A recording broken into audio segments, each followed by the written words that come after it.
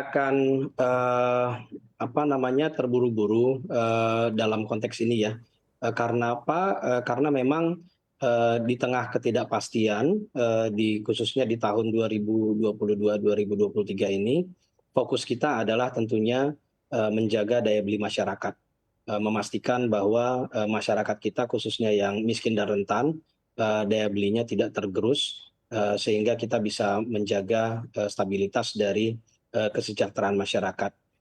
Dan kita juga dengan melakukan itu, kita bisa memastikan bahwa tingkat, angka kemiskinan itu, bisa turun terus, dan juga angka pengangguran juga, bisa terus turun.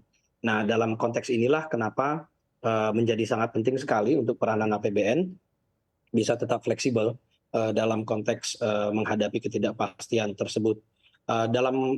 Khusus dalam kalau kita melihat, terkait dengan subsidi, khususnya subsidi sektor energi, kita memang masih melihat, ruang untuk melakukan reform, dalam jangka menengah, memastikan bahwa, apa yang sudah kita lakukan sekarang, yaitu membuat subsidi, baik subsidi energi maupun non energi, dan juga perlinsos kita secara keseluruhan itu semakin tepat sasaran, itu yang akan terus kita lakukan ke depan. Jadi arah reformasinya memang ke sana dalam jangka menengah maupun panjang. Ini bukan hanya terkait dengan subsidi saja, termasuk juga perlinsos kita yang sudah kita berdayakan cukup tinggi. Misalnya di tahun ini pun masih di atas 100 triliun anggaran dan realisasi dari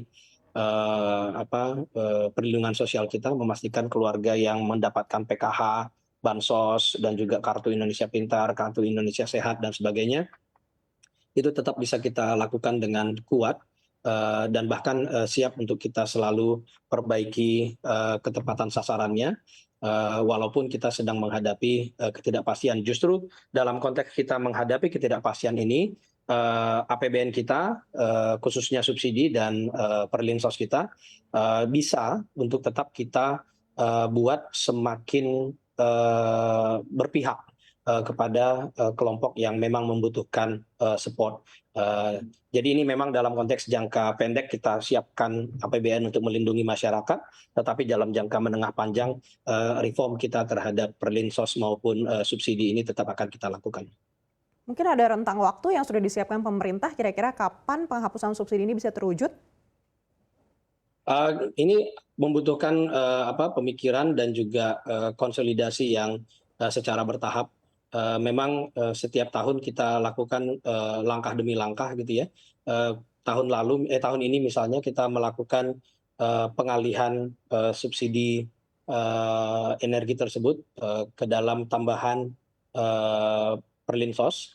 Kita naikkan bansosnya, kita naikkan juga dukungan Pemda bagi perlinsos di daerah, sehingga ini selalu memberikan arah yang semakin kuat dalam konteks kita memastikan semakin tepat sasarannya subsidi dan perlinsos yang kita berikan. Baik, seperti apa pemerintah menyiapkan realokasi di APBN untuk kemungkinan adanya badai PHK lanjutan di 2023?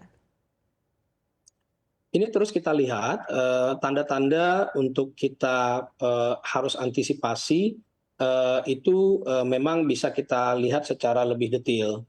Karena kalau secara agregat, karena perekonomian kita tumbuhnya positif dan relatif cukup kuat dibandingkan dengan banyak negara itu tadi, tren dari angka pengangguran kita sebenarnya tetap turun.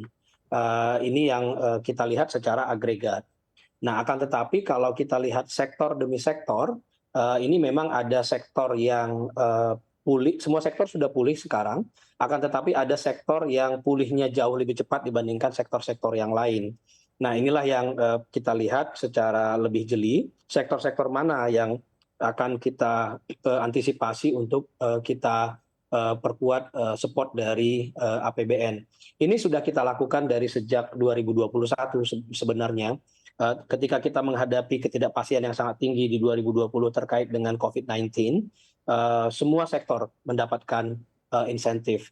Akan tetapi di 2021 mulai kita lihat mana sektor yang sudah mulai pulih, mana sektor yang masih membutuhkan dukungan, sehingga kita memperkenalkan konsep tapering dari insentif tersebut. di tahun 2022 sektor-sektor yang kita dukung juga semakin terbatas, khususnya adalah sektor-sektor yang sifatnya labor intensif, banyak mempekerjakan dan juga sektor-sektor yang berorientasi ekspor. Nah, logika yang sama ini akan terus kita gunakan untuk waktu-waktu ke depan kalau memang dibutuhkan kita siap. Dan beberapa yang sudah pernah kita lakukan, contohnya adalah dalam konteks insentif perpajakan, ada pengurangan angsuran PPh pasal 25, restitusi PPN dipercepat, mendorong PPh pasal 21, itu kalau dari sisi perpajakannya. Sementara dari sisi penanganan terhadap pekerjanya, antisipasi, itu sudah pernah juga kita lakukan beberapa cara, seperti misalnya bantuan subsidi upah, lalu jaminan, sekarang sudah punya juga jaminan kehilangan pekerjaan, dan juga yang kemarin cukup efektif yaitu adalah program kartu prakerja. Ini akan terus kita lihat dan tools-nya kita siapkan sehingga nanti ketika memang perlu kita antisipasi, kita tetap bisa melakukannya secara tertarget yang sangat baik.